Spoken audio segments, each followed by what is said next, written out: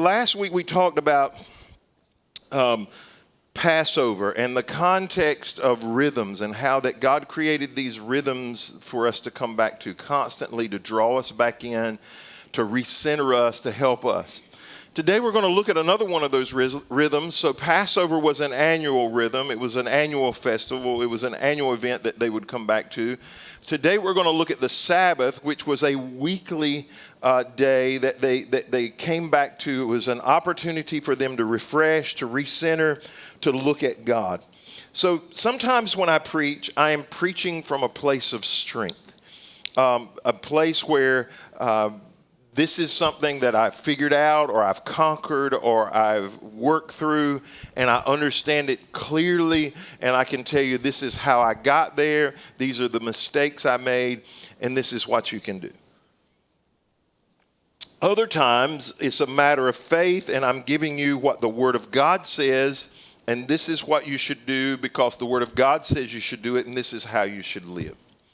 Other times, I'm going to deliver a message from a place of weakness, some place that I struggle with, a place that I can't seem to figure out or I've never been able to get a handle on completely.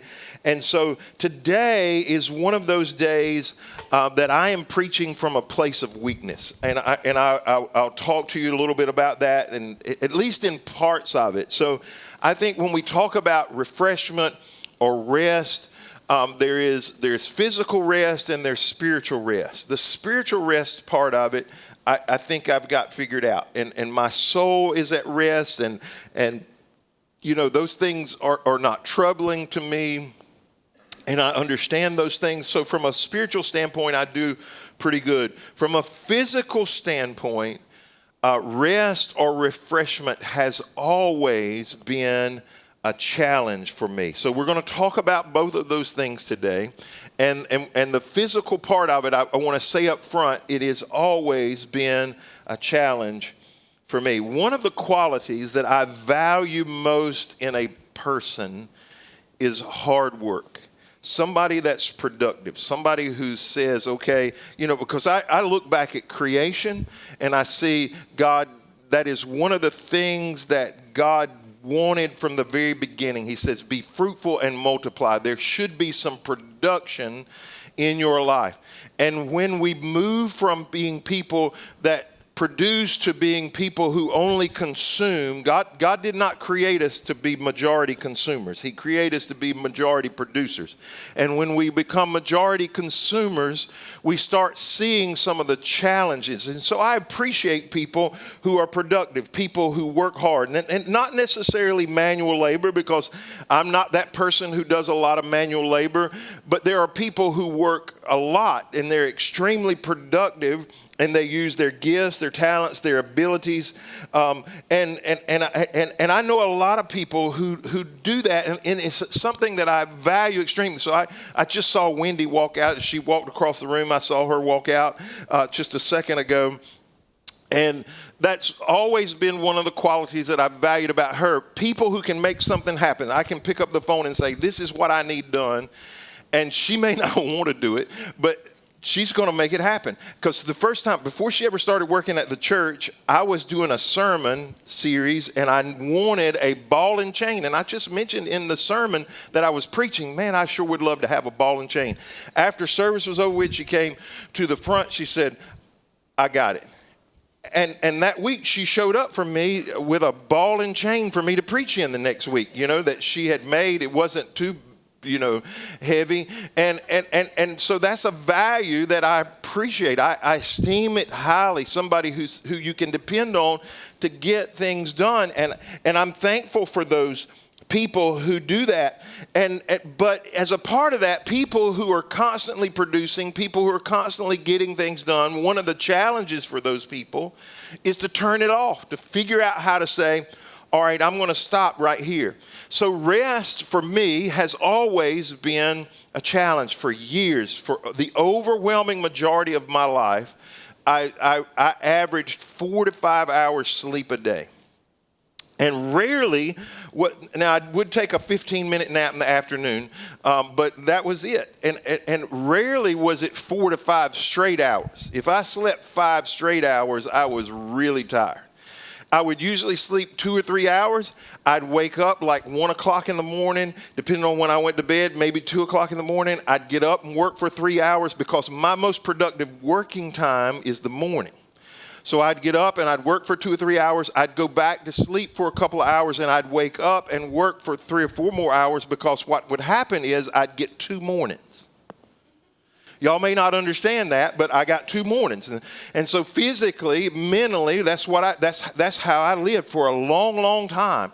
I got 2 mornings. I got most of my work done by 10, 11 o'clock in the morning. I had 8 hours of work done, and that's just how I operated. But as I got older, I began to see the wear and tear on my life, on my body specifically, and I began to read some things and listen to some people that said, hey, you need to sleep more, you got to figure this out, and I began to understand that I wanted to live a little bit longer. I also understood that lack of sleep was one of the things, at least that's what they say at this point, could be one of the causes of some mental struggles like dementia or Alzheimer's that you may have. And so I thought, okay, I need to go to sleep. All right. So I have, for the last, maybe 3 years, practiced really hard going to bed at the same time and getting up at the same time, and not getting up and working. If I wake up, I make myself lay in the bed, and it can be miserable, okay? So last night was one of those nights. I woke up at 2 o'clock in the morning, and I got my sermon on my mind, and I so desperately wanted to get up, but I was like, nope, you're going to stay right here. And for about an hour, hour and a half, I was as miserable as you could possibly be. Like, I'm having to lay there, do nothing. I would get on my phone and read through my sermon, make a note that I wanted to make, but I've tried to sleep. And so I'm sleeping a lot better than I used to. As a matter of fact, the staff would tell you that they used to get emails in the middle of the night. Like, I would just blow up their inbox. This is what we're going to do, blah, blah, blah. It was 2, 3 o'clock in the morning. And they knew, okay, he ain't sleeping tonight, And it was funny. I heard Wendy telling somebody a couple of days ago at a leadership event. She said, you know how to respond to him.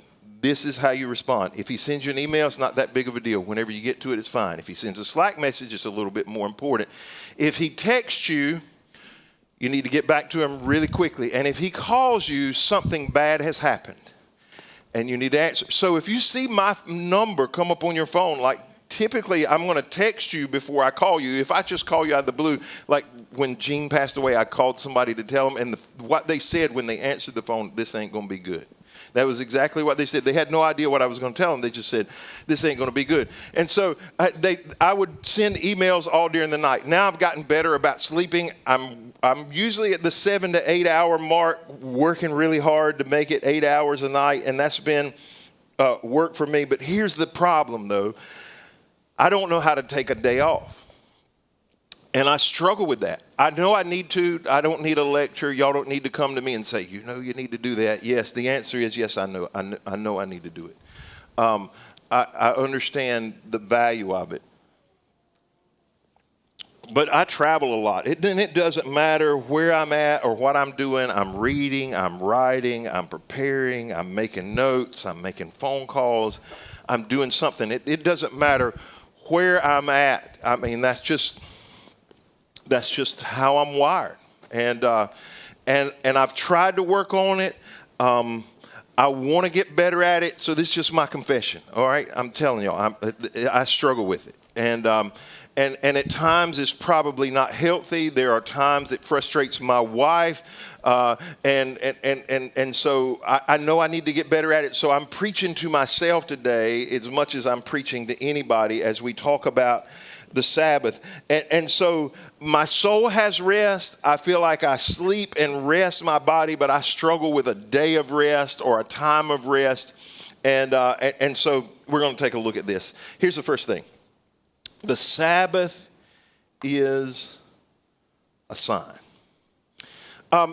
In the context of businesses, companies, even churches, branding is important. They use specific fonts, okay, so that there are some specific things that when you see that font, you automatically associate it with a company. There are certain color combinations that when you see it, you automatically say, okay, that belongs to X. It might be the swirl of a Coca-Cola sign, or it might be the colors of Pepsi, whatever. You recognize who that is. So tonight, for example, in the Super Bowl, you're going to have the Rams and the Bengals, neither of which have their names or any writing on the sides of their helmet for you to have any idea who it is. But if you saw their helmets, the ram's horn and that distinctive orange and black Bengal pattern that they have on their helmets, you know who it is. And they do that for a reason, so that when you see it,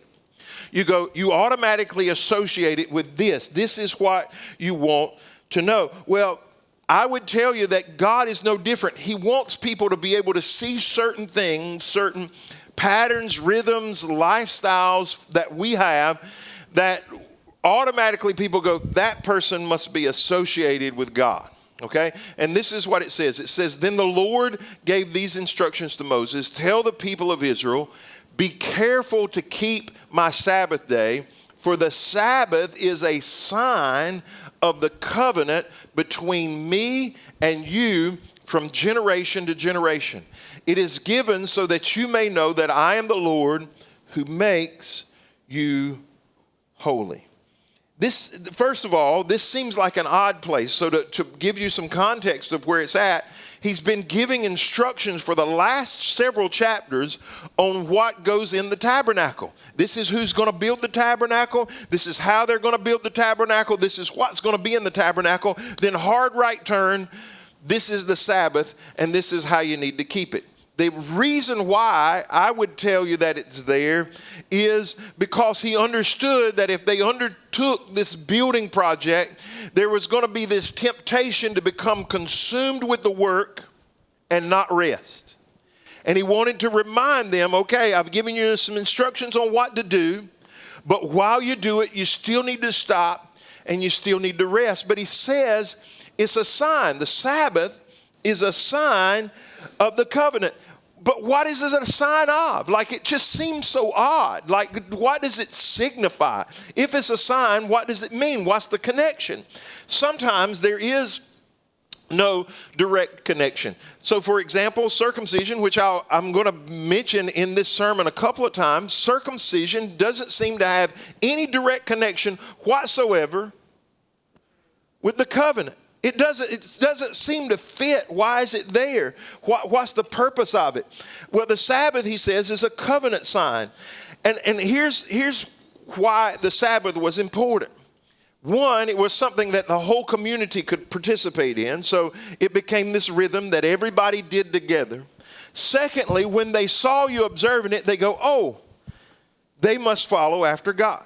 It's much like coming to church. When people see you going to church, or they see you at church, it is for them, it's a sign, okay, they're here to worship God. They're here because they know Jesus. They're here because they're following Jesus, or they're seeking Jesus. It's a symbol of what you do. The Sabbath was a sign to other people that you had a relationship with God. And so circumcision was a personal commitment. It was a personal covenant. It was between you and God, and that's it. But the Sabbath was a public covenant. It was a public sign for everybody to see. And even by the time you get to the New Testament, it tells us there should be some external things that people can see, some rhythms, some actions, some lifestyles that people can say, hey, that person is a follower of Christ. We preached last year, I believe, on the fruit of the Spirit. We should be able to see the fruit that people bear and recognize that they are a follower of Christ. So the Sabbath becomes a sign for people to be able to see. That was the purpose of it here. So we can see everybody. You're a follower of God. Okay, you're observing the Sabbath. You're a follower of God. You're observing the Sabbath. You're a follower of God. And so it becomes this sign so that everyone could see. The other part of it that it should be a sign of is a sign of God's provision. As a matter of fact, when they're going through the wilderness and they get manna, God gives them manna for 6 days. On the sixth day, they got enough for both days so that they didn't have to go out and find it on the next day so that they could participate in the Sabbath. And what it says is, I'm going to rest today because I believe God has taken care of me and God will take care of me. That's really one of the purposes of rest anyway, is to say God has provided, God will provide, therefore I can rest physically knowing that my needs, my life, my work is going to be taken care of. Second part, the Sabbath is holy. In this, there are some things.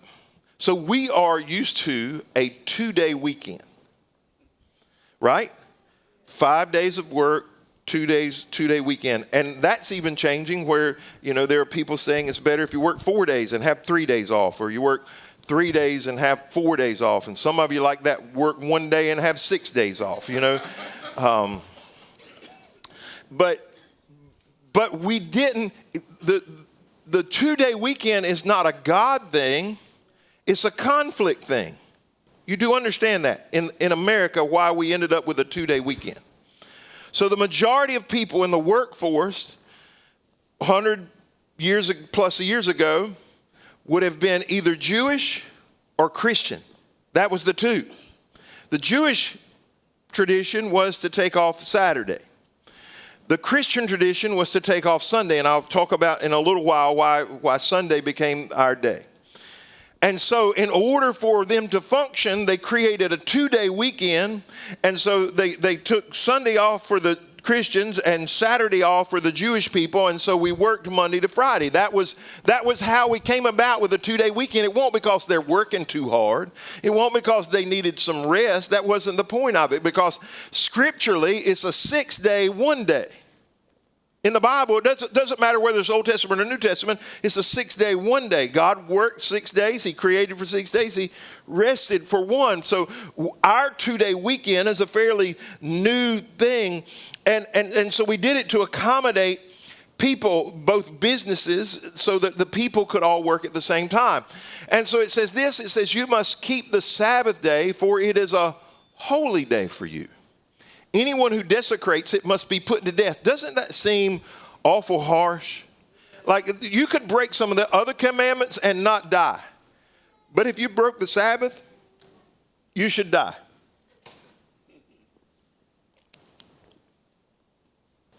And here, I don't need to go down that path. He says, anyone who desecrates it must be put to death. Anyone who works on that day will be cut off from the community. You have 6 days each week for your ordinary work. But the 7th day must be a Sabbath day of complete rest, a holy day dedicated to the Lord. Anyone who works on the Sabbath must be put to death. If you grew up in the South like me, okay, so Sunday was our day of worship. When I was a kid, there was nothing open. You better get gas on Saturday. You better get groceries on Saturday. You better shop on Saturday. I was in high school when the state of North Carolina passed the law that retail stores could open between the hours of 1 and 6. You know why it was 1 and 6? So it didn't interfere with morning church and night church. That was it. In the state of North Carolina until the 80s, if you were a retail business, you couldn't open. The ABC stores weren't open. You couldn't sell beer and wine in the grocery stores. All of those things were true during that time, and part of it was because they were observing a day of rest where they didn't want people to work, and so it bled over even into our culture. So it's not that old. We're reading something thousands of years ago, but if you're as old as me and you're from the state of North Carolina, you can remember when on Sunday nothing was open. Like you just couldn't get anything. And I know some of you are from the heathen north and everything was open, but here in the South, I'm just kidding y'all. It's all right. But I heard this term about a holy day or the Lord's Day growing up. That's more common. What you would have heard is the Lord's Day. That's a New Testament term. As a matter of fact, it's how the book of Revelation begins. The book of Revelation, John says, I was in the Spirit on the Lord's Day. And he begins to write, and he's talking about the Lord's Day. The question becomes, is every day holy or is one day holy? You see, the truth is, when Jesus came and made us a kingdom of priests, every day should be holy. That's what it should be. And so it begins to shift, and we begin to see, even in modern culture, how there becomes this tension present. Is it clear that, what I will tell you that is clear in both the Old Testament and the New Testament is God wanted some time specifically reserved for him.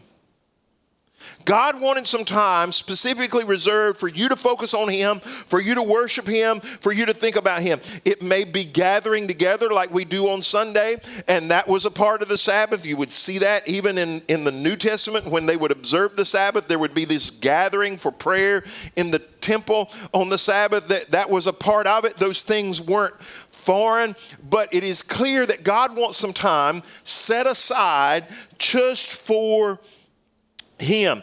And it was so serious here that they put them to death if they worked on the Sabbath. Well, Christians have typically observed Sunday, and that's a common question I'll get is, why do we observe Sunday? Well, there are a number of scriptures when you get to the New Testament that talk about a new day or a new day of worship.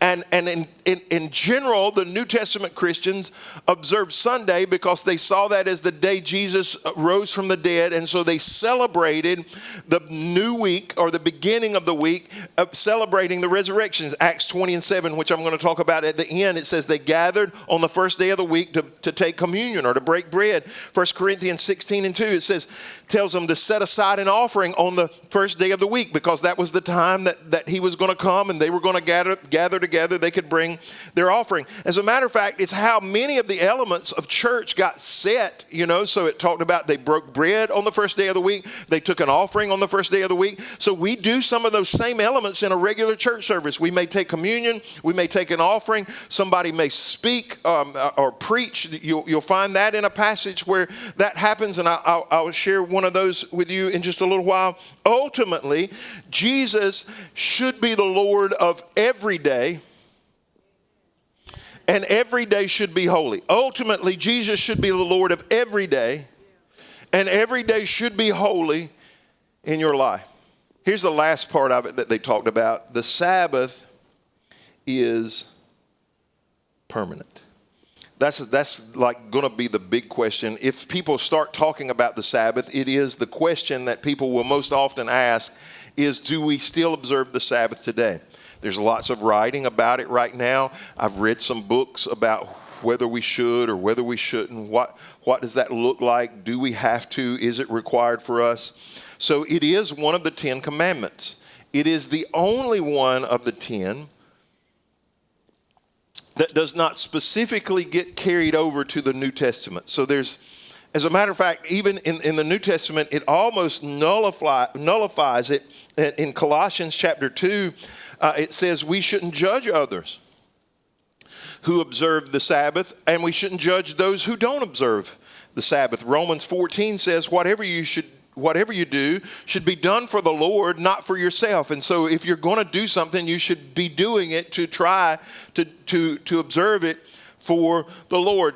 And so we have to be careful we don't shoot things down just on face value, or because someone does something, we judge them, or they don't do something, we judge them. But here he makes the case, or he says that this is permanent. The people of Israel must keep the Sabbath day by observing it from generation to generation. So it's not just now, it's forever. Just like he said about the Passover, this is something they're going to do from generation to generation. This is a covenant obligation for all time. It is a permanent sign of my covenant with the people of Israel. For in 6 days the Lord made heaven and earth, but on the seventh day he stopped working and was refreshed. So let's just stop right here. And before we get to the 10 commandments, because we make this case about tithing and some other things, we say, okay, if it's not specified in the New Testament and it was the law in the Old Testament, then we should do it. The first thing I would tell you is that God set an example before there was ever a law. Okay? He said, I'm working 6 days. On the seventh day, I'm resting.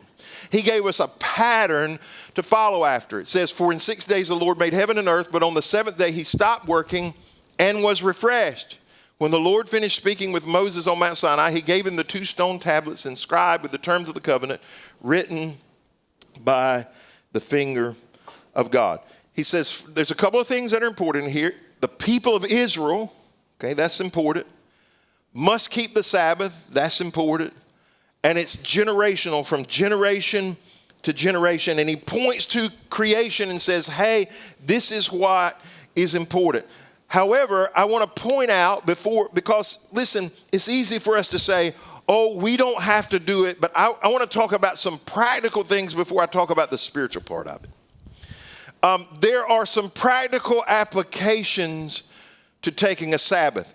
And so let me go back, because I mentioned circumcision earlier, and I know you're going like, how are you going to tie the two of these things together? There's a couple of things I would tell you about the Sabbath. One, we should not be perpetually busy. God wasn't, we shouldn't be.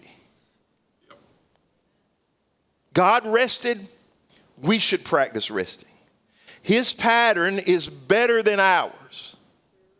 His way is better than our way. And so no matter how much I tell you I have to do, want to do, need to do, I need to rest. I need to be refreshed. There are some physical considerations to understanding that. So let's go back to circumcision. The conversation about the benefits of circumcision is a fairly modern conversation. When I say fairly modern, I mean more than the last 5,000 years. The conversation about whether sexually transmitted disease, infections, all of those things. I know I'm weirding you out talking about circumcision up here. But if you go back to the Old Testament, there were some things God instituted prior to medicine ever being such an understandable part of our life that we find out today have some specific benefits. That's a fairly modern conversation. But long before it was a medical conversation, it was a covenant conversation. And just because I couldn't help myself, I wanted to see how many people are circumcised. And you want to know now too, don't you? Right? So 71.2% of U.S. men are circumcised.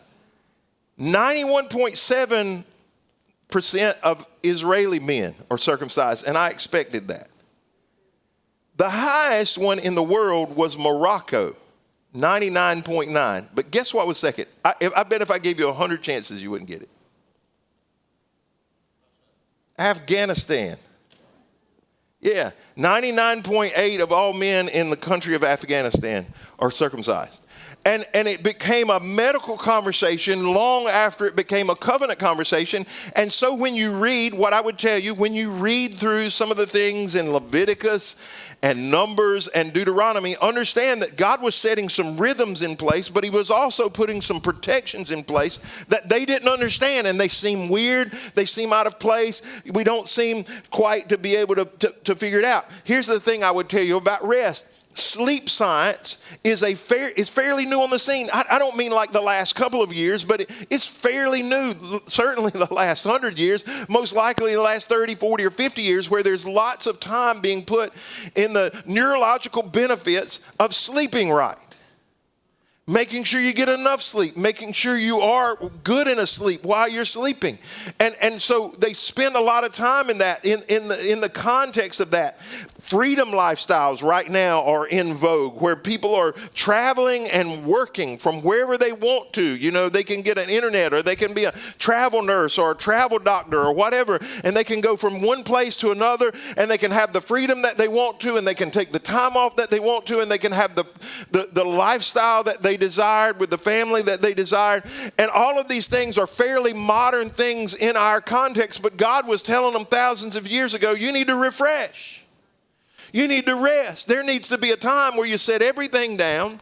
You don't do anything. You talk about me or you focus on me and you spend some time being refreshed with me. And the permanency for us, though, is for us to understand the finished work of Christ that he did on the cross. They rested understanding that they couldn't obtain forgiveness unless God did it for them. There was nothing they were going to do. They had to bring a sacrifice, but if God didn't forgive them, then they were doomed. If God didn't offer grace, they were doomed. The same is true for us. We can today rest spiritually, rest our souls in the fact that the work of Christ is already done. Hebrews chapter 4 verses 1 through 11 says this. It says, God's promise of entering his rest still stands. So we ought to tremble with fear that some of you might fail to experience it. For this good news that God has prepared this rest has been announced to us just as it was to them. But it did them no good because they didn't share the faith of those who listen to God. He says there's good news. The good news is you can enter into the rest of God. For only we who believe can enter his rest. As for the others, God said, in my anger I took an oath, they will never enter into my place of rest. Even though this rest has been ready since he made the world. We know it is ready because of the place in the scriptures where it mentions the seventh day. On the seventh day, God rested from all his work. But in the other passage, God said, they will never enter into my place of rest. So God's rest is there for people to enter. But those who first heard the good news failed to enter it because they disobeyed God. So God set another time. So they wouldn't listen. The people of Israel, they're going to be stiff-necked. They're going to ignore what he's got to say. They're not going to want to enter into the spiritual rest that's available to them. So he creates God set another time of entering to his rest. And that time is today. God announced this through David much later in the words already quoted. Today, when you hear his voice, don't harden your hearts. Now, if Joshua had succeeded in giving them this rest, God would not have spoken about another day of rest still to come. So there is a special rest still waiting for the people of God. He says, I told you you could rest. Rest is available today. There's a special rest to come. And he says, let us do our best to enter into that rest. But if we disobey God as the people of Israel did, we will fail. My soul can be at rest when my body is not. I don't know if y'all have ever had this experience. I'm pretty sure in one of the conversations on the podcast, we talk about this. There have been times when I have slept plenty and didn't rest. And there have been other times when I slept little and rested a lot. And much of it had to do with where my mind and my soul was. What I was able to understand that I was walking where God wanted me to walk. I was where God wanted me to be. I was living how God wanted me to live. And I was able to rest in spite of the busyness that might be going on around me. My soul can rest even when my body doesn't rest. But here's the thing I want you to understand about rest and Sabbath. And should we, rest is both spiritual and physical.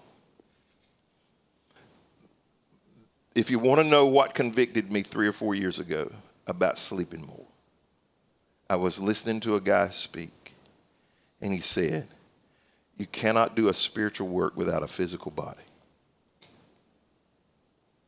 He said, if you kill your body, your spiritual work's done. And I remember sitting in that room, tears running down my face, going, I suck at this. I've got to figure out how to rest this so that I can do what God's called me to do. I've got to figure out how I can help this body be able to do what I want to do. I can't be a dad without a body. Can't be a poppy without a body. I can't be a pastor without a body. I can't be a spouse without a body. I need to take care of this so I can do all of the other spiritual things. And we can get all spiritual if we want to, but God expects us to take care of this body. And part of doing that is rest. We have to rest both spiritually and we have to rest physically. Don't kill yourself working for something that don't matter. If in the end the things that matter get lost because you've killed yourself working for something that didn't matter, you fail.